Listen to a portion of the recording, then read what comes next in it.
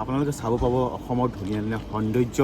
আৰু আচৰিত কথা নহয় জানো এটা ফেক্টৰীত অসমৰ সৌন্দৰ্য ভাবিবলগীয়া কথা আপোনালোকক স্বাগতম জনাইছোঁ আপোনালোকক আজি মই নিজৰ কৰ্মস্থলীৰ পৰা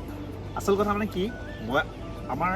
ঠাইডোখৰ দেখাব বিচাৰিছোঁ আমি য'ত কাম কৰোঁ তাৰ বিষয়ে দেখাব বিচাৰিছোঁ পৰিষ্কাৰ পৰিচ্ছন্নতাৰে আমাৰ ফেক্টৰীটো কেনেকৈ মেইনটেইন কৰি ৰখা হৈছে সকলোখিনি দেখাম আজি অলপ চাব আপোনালোকে আৰু বিশেষ কিছুমান ইয়াত আৰ্ট কৰা হৈছে তাৰ বিষয়ে দেখাম সকলোখিনি চাবৰ কাৰণে আপোনালোকে ভিডিঅ'টোৰ লগত জড়িত থাকিব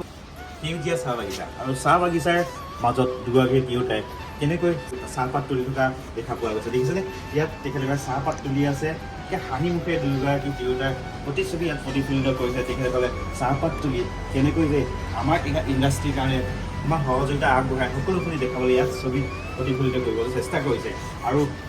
এয়া কিমান এটা আচৰিত নহয় জানো এটা ধুনীয়া প্ৰতিচ্ছবি য'ত ৱাল পেইণ্টতে ইমান ধুনীয়াকৈ সকলো বস্তু প্ৰকাশ কৰিব পৰা যায় আৰু সেই ব্যক্তিকেইজনীকো অলপ কিছু মই দেখাবলৈ চেষ্টা কৰিম কোন কোন হয় আৰু ইমান ধুনীয়াকৈ পেইণ্ট কেনেকৈ কৰিছে তেখেতসকল নাহলীয়া অঞ্চলৰে হয় বুলি জানিব পাৰিছোঁ সকলোখিনি আমি দেখাম ইয়াৰ পাছত আমি দেখা পাইছোঁ চাহপাত তুলি আনি ট্ৰেক্টৰত আনলোড কৰা মানে এনেকৈ টুকুৰি দি চাহপাতবোৰ ভৰাই আনি ট্ৰেক্টৰত আনলোড কৰি দেখিব পোৱা গৈছেনে এতিয়া ট্ৰেক্টৰ যোগালে তেখেতে চাহপাতবোৰ এনেকৈ লৈ ইয়াত ভৰাই দিয়ে আৰু এয়া হৈছে চাহ গছ আৰু লগতে এইবোৰ ছেফটি য'ত মানে চিৰিজ গছ বুলি কৈছে সেইবোৰ এনেকুৱা গছবোৰ আছে সকলো ইয়াত ছবিখনত প্ৰকাশ কৰিব চেষ্টা কৰিছে ইয়াৰ পাছতে চাম আমি আমাৰ চাহ বাগানৰ আটাইতকৈ এক মূল্যৱান কৃষ্টি সংস্কৃতিৰ লগত জড়িত নৃত্য ঝুমুৰ নৃত্যত আপোনালোকে দেখিব পাইছে নাচনী গীতৰ কেনেকৈ তেখেতলোকে প্ৰকাশ কৰিছে যে কেনেকৈ এই অকল চাহ বাগানত চাকৰি কৰাৰ উপৰিঞ্চিও যে কিছুমান কৃষ্টি সংস্কৃতি ধৰি ৰাখিব পাৰি সকলোখিনি প্ৰকাশ কৰিবলৈ চেষ্টা কৰিছে আৰু এইজন হৈছে দুইটিয়া তেখেতে একচুৱেলি মাদলটো বজাই আছে এইটো মাদল বুলি কয় আপোনালোকে যদি জানেই চাগে বহুতো মাদল বজাই আছে এখন নাচনী নাচি আছে ইয়াৰ পাছত আমি চাম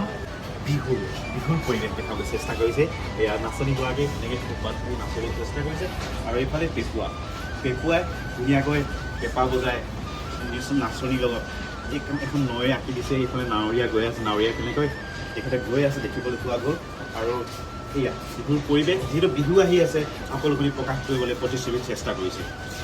অসমৰ গৌৰৱ আপোনালোকে ধৰিব গৈছে কিয় কথা কৈছোঁ গড় কাজিৰঙা গড়ৰ কথা কৈছোঁ কাজিৰঙা গড়ৰ এক প্ৰতিশ্ৰুতি তেখেতসকলে ইয়াত প্ৰকাশ কৰিবলৈ চেষ্টা কৰিছে এনেকৈ গড় শ্বহীদ কৰা দেখা পোৱা গৈছে এইখন হৈছে নৈ আৰু এইফালে চৰাই এইফালে এইখন পাহাৰৰ এটা প্ৰতিচ্ছবি সুন্দৰ প্ৰতিচ্ছবি ইয়াত তেখেতসকলে আঁকিব চেষ্টা কৰিছে আৰু তেখেতলোকে এই ছবিৰ বিনিময়ত কি মূল্য লয় সকলোখিনি মই দেখাবলৈ চেষ্টা কৰিম একদম মহিন্দ্ৰা ট্ৰেক্টৰ নিচিনা লাগিছে নাই বাৰু মহিন্দ্ৰা অৰিজিনেল ট্ৰেক্টৰখনৰ নিচিনাই লাগিছে ইমান ধুনীয়াকৈ আঁকিছে যেনিবা এজন মানুহে গাড়ীখন জাষ্ট ষ্টাৰ্ট কৰিব আৰু ইয়াত মানে পাত লৈ যাবৰ কাৰণে ষ্টাৰ্ট কৰিব সেনেকুৱা যেন লাগিছেনে চাহ বাগান যিহেতু খেতিৰ লগত জড়িত এই খেতিৰ লগত জড়িত আটাইতকৈ এক দৰকাৰী ইকুইপমেণ্ট হৈছে ট্ৰেক্টৰ এই ট্ৰেক্টৰৰ জৰিয়তে মাটি খন্দাৰ পৰা ইত্যাদি কৰি গোটেই উৰ্বৰা শক্তিৰ লগত জড়িত যিখিনি কাম কৰিব লাগে সকলোখিনি বস্তু তেখেতসকলে ৰেডি কৰাৰ পিছত ট্ৰেক্টৰে আৰু কাম থাকে চাহপাত টানি অনা ইয়াৰ পাছৰ ফটোকপিয়ে প্ৰকাশ কৰিছে দুজনী ছোৱালী ধুনীয়া মনেৰে হাঁহি মুখে দুয়োগৰাকীয়ে কথা পাতি বাগানৰ পৰিৱেশৰ মাজে গৈ আছে দেখিছেনে বাগানত কি ধুনীয়া সাজপাৰ পৰিধান কৰি তেখেতসকলৰ কথা পাতি গৈ থকা দেখা পোৱা গৈছে এইটো হৈছে এটা কলঘৰৰ প্ৰতিচ্ছবি দেখাইছে মধুটিঙৰ কলঘৰ যিটো আছে তাৰো অকণমান প্ৰতিচ্ছবিৰ লগত মিলিছেগৈ ধুনীয়াকৈ এটা টাৱাৰ আঁকিবলৈ চেষ্টা কৰিছে যিটো টাৱাৰ আমাৰ এইফালেও আছে সকলোখিনি প্ৰকাশ কৰি আৰু এটা কেঁচা ঘৰ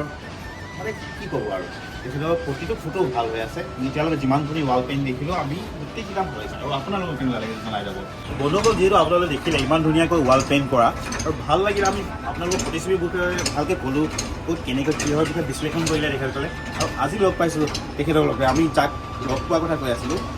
যাক লোকেল খুৰা নমস্কাৰ আপোনাক হ'লে ভাজিবলৈ নমস্কাৰ এই আপোনাৰ নাহলীয়া বুলি ক'লে ন মই তিনিচুকীয়া আৰু যিটো আপোনালোকে এই পেইণ্টিংবোৰ কৰে পেইণ্টিংবোৰ কৰোঁতে প্ৰায় স্কোৱাৰ ফিট কেনেকৈ লয় স্কোৱাৰ ফুটৰ আমাৰ ৱালখনৰ ট্ৰিটমেণ্টৰ ওপৰত থকা ৱালখন যদি ফুল ট্ৰিটমেণ্ট কৰা থাকে তেতিয়াহ'লে আমি